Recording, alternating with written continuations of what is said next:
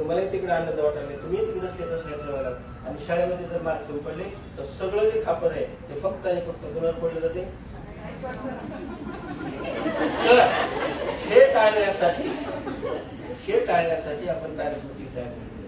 का की work together for childrens future. जर मी जर एकत्रित आला तर असं कधीच होत नाही की आपल्या विद्यार्थ्यांचं प्रगती झाली. त्याच्यामुळं हे सगळं करत असताना आपण आतापर्यंत 3 युनिट टेस्ट झालेले आहेत. दुसरी गोष्ट मला सांगायला आवडेल की शिकवत असताना आपल्याला सगळ्यात अवघड विषय आतापर्यंत लहानपणी कोणता विषय होता?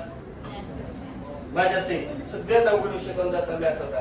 मॅथचे टीचर आले की आपले मुलांचे मुली इकडे म्हणजे ते निग्लेक्टेड पर्सन आहेत मॅथचे टीचर. जर कुणी असं इथं बसले तर आपण कोणता विषय शिकवतात?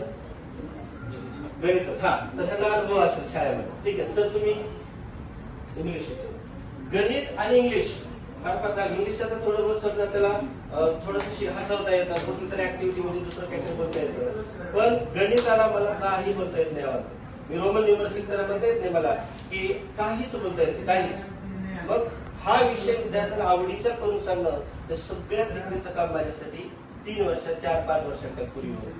मग आम्ही याच्यावर एकच पर्याय केला की ऍक्टिव्हिटी बेस्ड लर्निंग हे आपल्या क्लासचं मोठोच आहे की Gaikwad maths classes activity based learning.